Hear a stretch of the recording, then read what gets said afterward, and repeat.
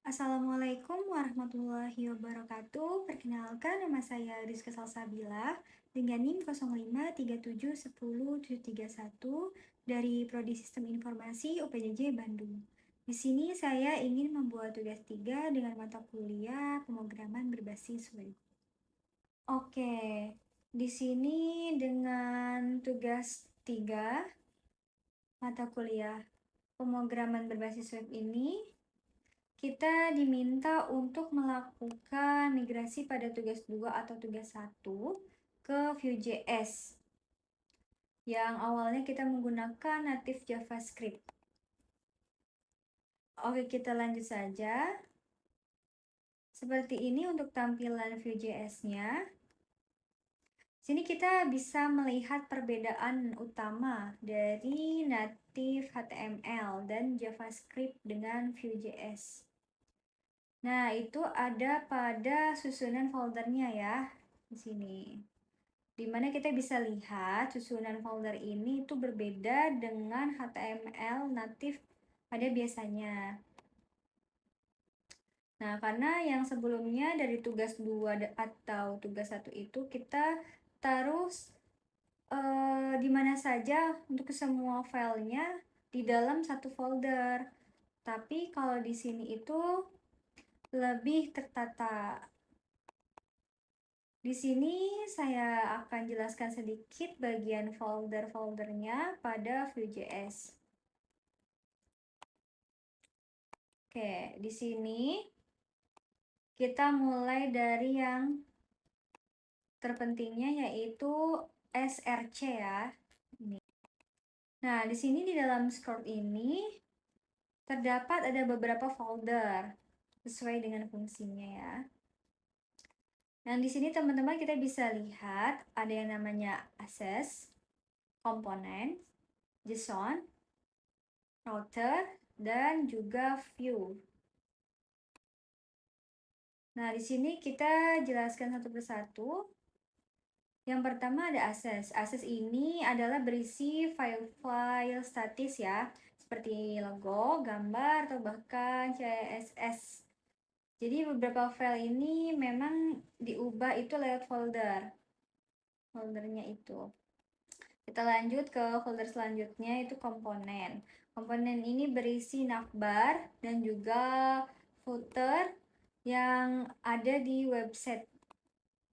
Nah, jadi cara kerjanya itu kalau sebelumnya di HTML native atau JavaScript itu navbar dan footer itu jadi satu halaman website, sedangkan di sini di Vue.js ini kita buatnya terpisah dengan tujuan supaya ketika nanti halaman itu berpindah ke halaman yang lainnya maka tidak perlu memuat ulang dari navbar sampai ke footer gitu. Sekarang kita lanjut ke JSON. Nah, JSON ini teman-teman ini berisi file JavaScript yang kita buat di tugas 2 atau tugas 1 sebelumnya. Nah, ini di sini untuk tujuannya supaya ketika data itu berubah tidak perlu mereload lagi halaman atau memuat ulang halaman seperti sebelumnya lagi gitu. Lanjut ke folder router. Ini. Nah, folder router ini fungsinya seperti navigasinya Vue.js ya. Ini tuh yang bikin website lebih cepat karena semua aturan jalan atau aturan routingnya itu sekali ditulis di sana. Berbeda dengan native. Native itu kita perlu mengetik satu persatu kan. Nah,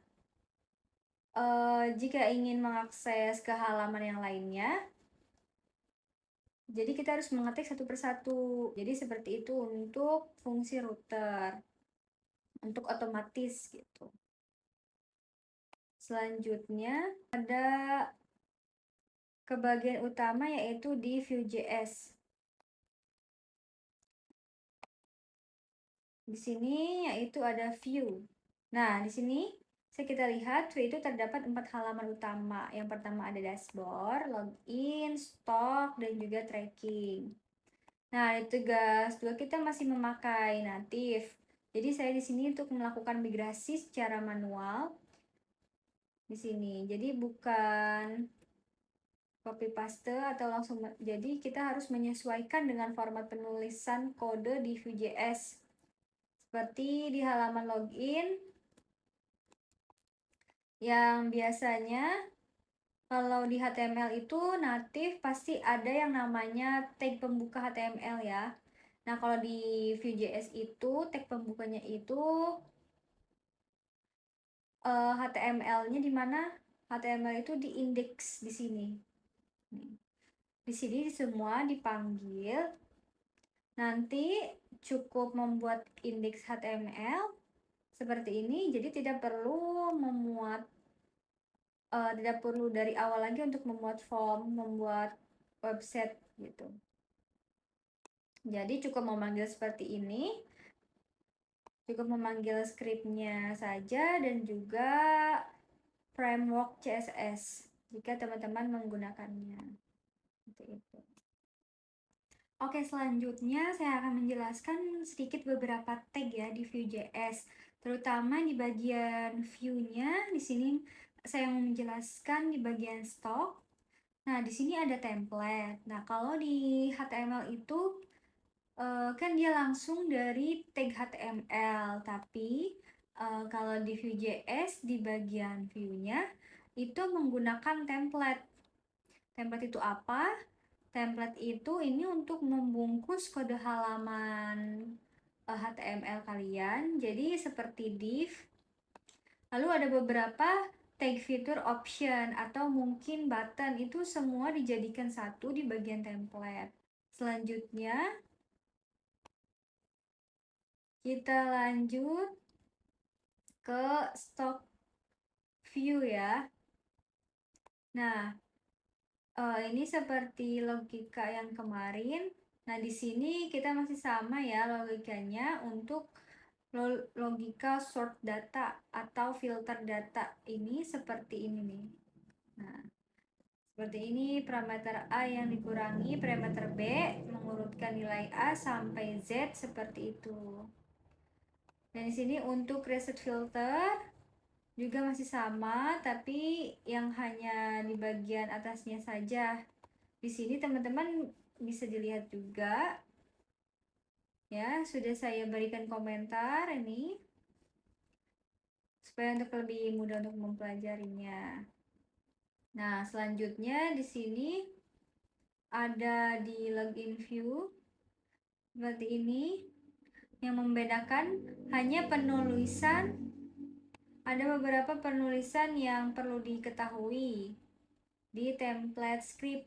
Sekarang ada yang namanya vModel seperti ini. Nah, ini untuk fungsinya sebagai data binding.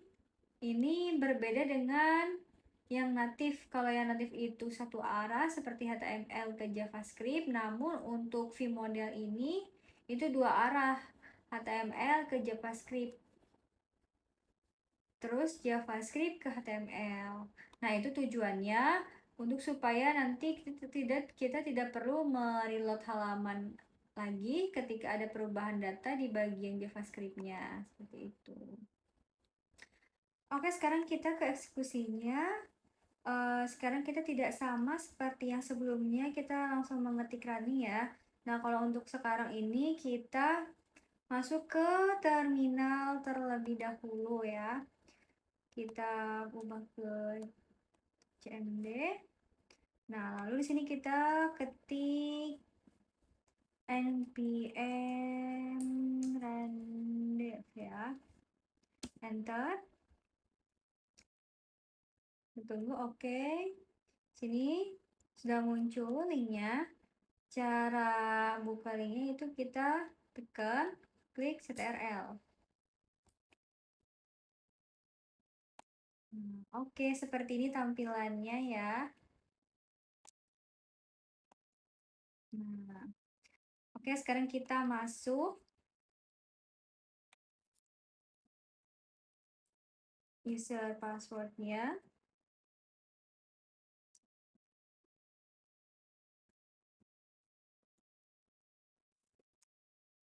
Masukkan password.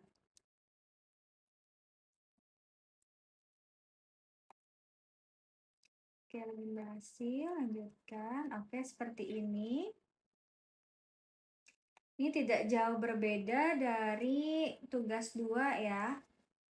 Ini ada informasi bahan ajar, tracking pengiriman, laporan, dan histori.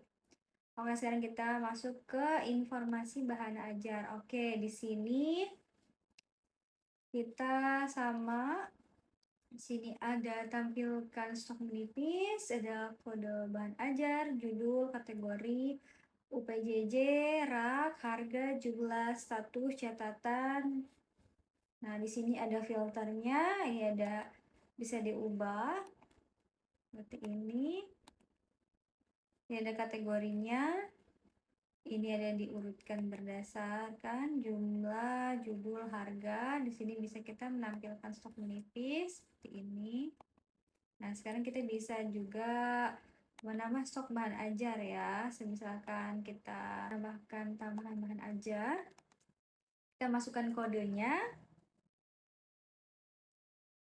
Oke, dengan judul,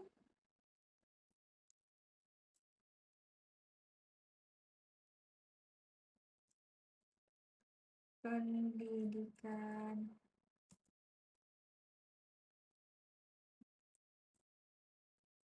dan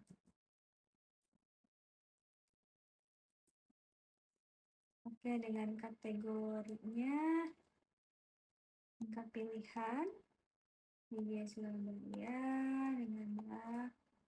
dengan harga 30.000, dengan jumlah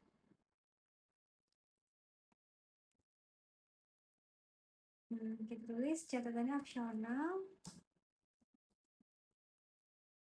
Oke, di sini kita ketik simpan. Oke, berhasil. Nah, seperti ini. Berarti di sini jumlahnya 40, berarti stoknya itu aman. Di sini kita bisa meresetnya juga.